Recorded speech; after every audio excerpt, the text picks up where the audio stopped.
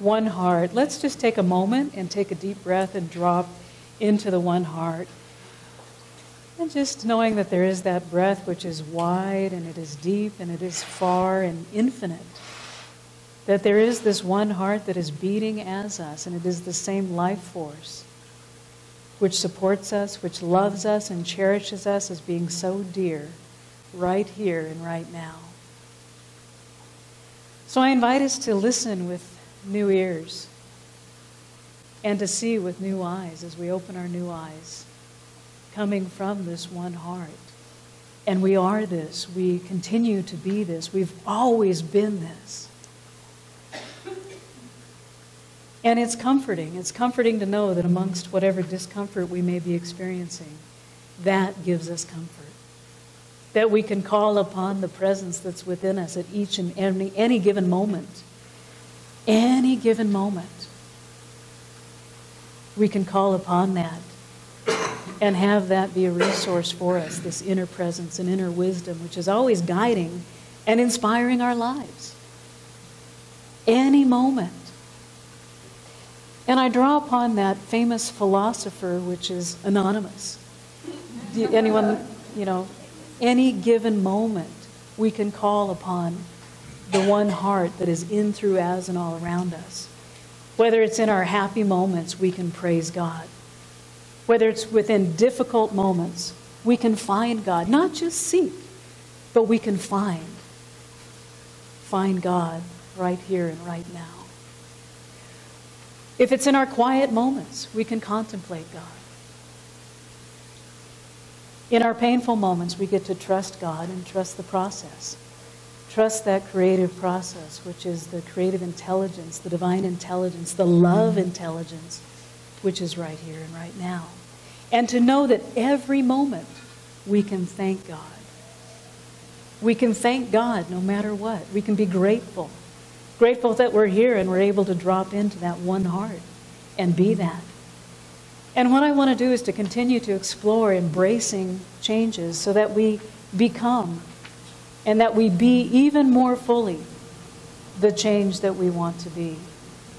We are that already, of those spiritual qualities, of the divine quality that is within us. And it's really interesting that as we're looking at oneness and forgiveness and how we reveal more love in our life. And thank you, Erwin, for the forgiveness piece. Thank you so very much.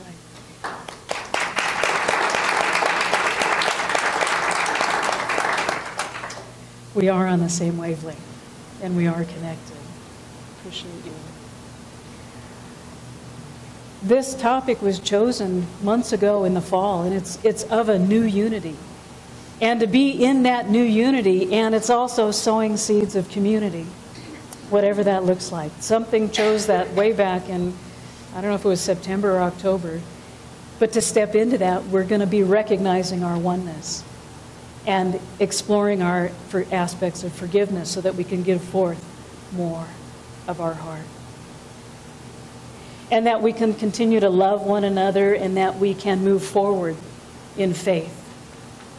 And trust. So that takes a little bit of trust. I get to trust the process and to graciously receive those gifts, whether they seem to be gifts of something that seems difficult, whether it's a gift of something that seems painful, and to acknowledge that discomfort, to acknowledge it, to perceive it, to experience it, to know it even more fully so that then I may expand from that place.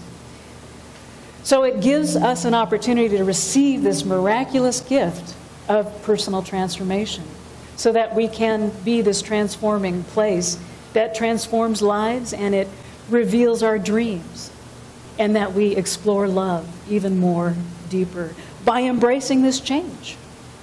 We get to embrace it, not resist it, but we get to embrace it, all of it, in all ways. A-L-L, ways, in all ways. Always. So every change, even the most discomforting change, gives us this opportunity. And by embracing our change, we open up ourselves to those gifts. And it's Dr. Ernest Holmes, who's the founder of the Science of Mind, which is a guide for spiritual living. He talks about when a group of people come together with one accord, oneness, one of our core principles. When a group of people come together with one accord and with one thought and one heart, the combined faith of the group reaches a higher level of acceptance. And remembering that our vision here at the center is love, abundance, and acceptance. So drawing upon that spirit-centered vision, I know that there is that which is a group here already in spiritual practice. And Erwin just exemplified that. He gave forth of his spiritual practice, of his revelation. It was not just something he realized, but he actualized that as a revelation.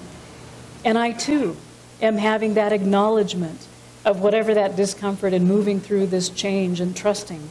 And trusting and knowing that the path is clear and dear, because we're all dear in our hearts. We're all cherished and we're all loved already. So we're in a group who's in spiritual practice, and Ernest goes on, he said, we should definitely perform this with the purpose in mind at arriving at a deeper conviction. Let's go deeper. That's our invitation. Moving forward in faith and trusting this process and knowing that there is a pathway of coming together in a new unity. Whatever that, no matter what that looks like, there's a new unity of oneness in our heart. That art of being at one, always, in all ways. And the way we do this is we recognize our oneness. We have even more giving forth and forgiveness in our lives. And we move forward in faith. And I'm reminded of the 23rd Psalm, where it says, we move through the valley of the shadow.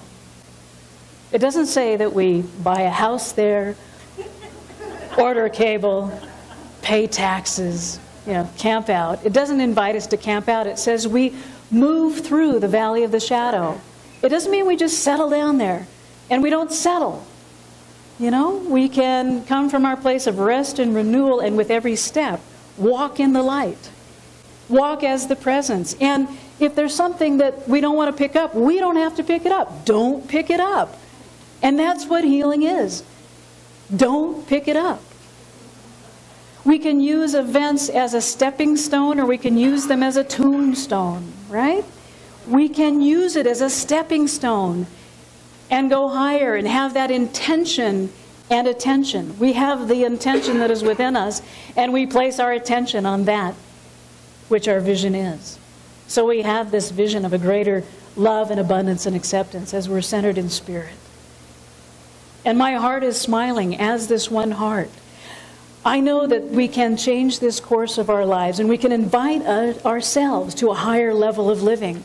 We can accept that invitation. The invitation is already there to be that welcoming presence and be empowered in our life. And there's 3 ways to do this. We, number 1, recognize our oneness. Number 2, we reveal, we make it real. We reveal and have it be real forgiveness at another level. We turn up the volume on that, and we move through it. We move through in faith. And I spoke at taxes. I know it could be a little taxing, sometimes in our personal lives, or we may have relationships that might be taxing, or something might be taxing our health, or there may be actual forms that we need to fill out. And I'm reminded of a wonderful, wonderful story that has to do with coming together in unity, a new unity, to have a new outlook on that process. So there's a story that illustrates the connection between our individual world and our greater world. Because that's what we're up to. We're having a unique experience, and we bring that out into our greater world. So there was this mother who had a young daughter, about 6 years old, who, while she had her stuff all spread across the kitchen counter — I know a lot of good things take place at the kitchen table, kitchen counter — she had spread everything out to do her family taxes. And really, the mom was at her wit's end because the daughter just kept interrupting her. And she couldn't really focus. There was just all this distraction, and she just couldn't get focused. And does that remind us of some of our minds? Or does it remind us of someone we know? Or ourselves? Sometimes it takes that intention and that focus of attention to move forward on something. So every 5 minutes, this little girl was saying, "Mommy, Mommy," and had some new demand. And she says, well, I just really can't play right now. You know, she'd like to play, but she just can't really play right now. So what she did, what the mom did is she was so constructive. She had some magazines. She had just been to our women's group at the vision board workshop we had and had a whole stack. Oprah was there. And what she did was she found a picture of the world in one of these magazines, and she ripped it up and gave it to her daughter and says, now, put it back together. And she thought this would keep her attention for quite a while. And lo and behold, what she did was she brought it back and she's, Mommy, I've got this all done here. Just in a lickety-split moment. How in the world did you do that so quickly, said the mom. Because she thought she was going to get rid of her for, just go have fun. And the girl said, well, you see, Mom, on the other side of the map was a picture of a little girl. All I had to do was put her together. And when she came together, the whole world came together.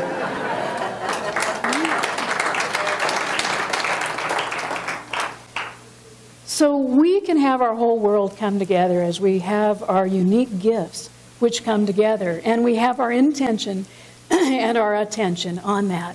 We have that oneness, which is one of the core principles in our lives. What we practice. Dr. Ernest Holmes talks about we believe in God, the living Spirit Almighty, one indestructible, absolute, and self-existent cause. That unique talent that was within her already existed. It was there, and she put it together. She knew it was all whole and had well-being. And then there's forgiveness. When we free ourselves up to live, we free ourselves up to give, and we believe in the ultimate goal of life to be a complete emancipation from all discord of every nature, and that this goal is sure to be attained by all. So if I'm having some discomfort, I get to not pick it up, settle down, order cable, and pay taxes on it, but I get to move through it with forgiveness and give forth more of my energy and my time and my resources and my talent. And oftentimes that can be without judgment so that I'm more free. I know that there is that eternal goodness and kindness which is within us. And as Ernest Holmes talks about divine forgiveness in a passage in the Science of Mind textbook on page 457, he says that very much like Jesus the Christ, he clearly explains the meaning of divine forgiveness. He says that we should forgive 70 times 7. Now, for those of us who are doing our taxes, I don't know how, who's got their calculator out, but 70 times 7. And what that is, it's another way of saying that forgiveness is eternal and it's ever available. It's here. And when a load is dropped from our shoulders of personal responsibility, when we realize that there is this eternal mind and this one heart that holds not against anyone. Well, how do we do this? We don't hold anything against anyone.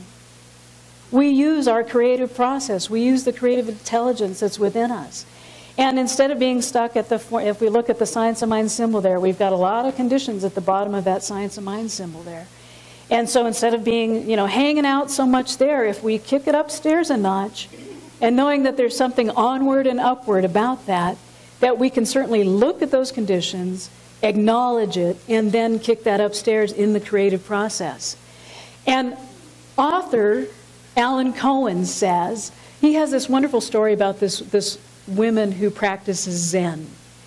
And so she has that focus of her intention and her attention on the oneness, on the forgiveness, on that revealing love. And this Zen master named Sono taught everyone a simple method of enlightenment. It's very simple. She advised everyone who came to her, because there were millions of people coming to her, to adopt one affirmation to be said many times a day, under all conditions, hanging out at the bottom of the symbol, and say that affirmation at the top of the symbol. And what that is she said, thank you for everything. I have no complaint whatsoever. Thank you for everything. I have no complaint whatsoever. And many people from all areas of life had come to her for healing. And some were in physical pain, some were in emotional pain, others had financial troubles, some were seeking soul liberation. No matter what their distress was, No matter what question they asked, the answer was the same. She said, affirm, thank you for everything. I have no complaint whatsoever. And imagine that high vista, that high vantage point, the high view. And some people took the suggestion to heart. Some people didn't. And those that took that suggestion, they found peace. They found healing. And that tradition tells us that those spiritual practices promote that healing. And my personal affirmation has been recently, and to the top, floating to the top of the symbol there, and knowing that it's transforming, is peace emerges, love abounds, and compassion and understanding expresses for the highest and best. And just knowing and realizing that at the very depth of that one heart, that the highest and best is unfolding. As we recognize our oneness, as we reveal forgiveness in our lives, as we move forward in faith. So as we just took a deep breath at the very beginning, we can just throughout the day take those deep breaths. We can see with new eyes. We can hear with new ears. And know beyond a shadow of a doubt. Remember, we're not hanging out there in that valley, but we're looking forward to those peaks and knowing that there is that place where it's beyond a shadow of a doubt. That we're intact, that we're vibrant, and that we are essential to the world. We are a spiritual being that is essential. And so I know that there's health, and there's vibrancy, and there's well-being that is within us. And that allows me to have some healthy relationships where I know that it allows me to be direct, it allows me to be nurturing, it allows me to be guided, it allows me to be inspired, and to be able to ask for what I want and to receive what I get. Sometimes I can ask for what I want and then have that acceptance. Remember, our vision statement is love and abundance and acceptance.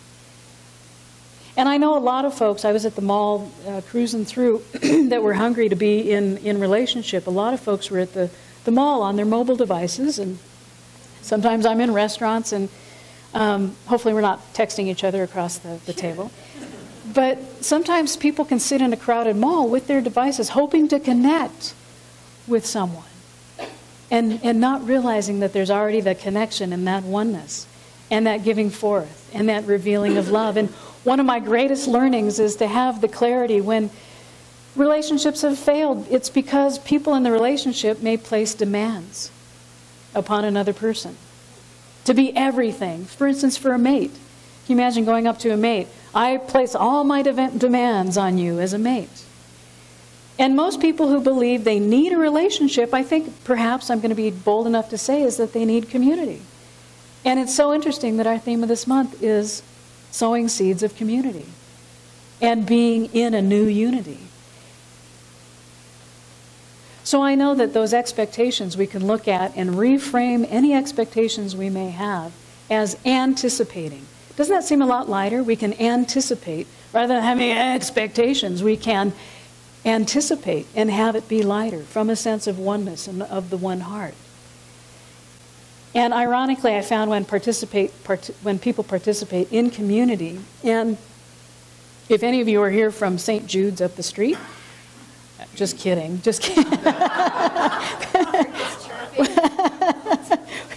If any of you are here and you mistook for being here, it applies to us. There's no reason to not go home today not connected, because we're already connected, and people may try so hard sometime. And I'm always talking to myself here, right?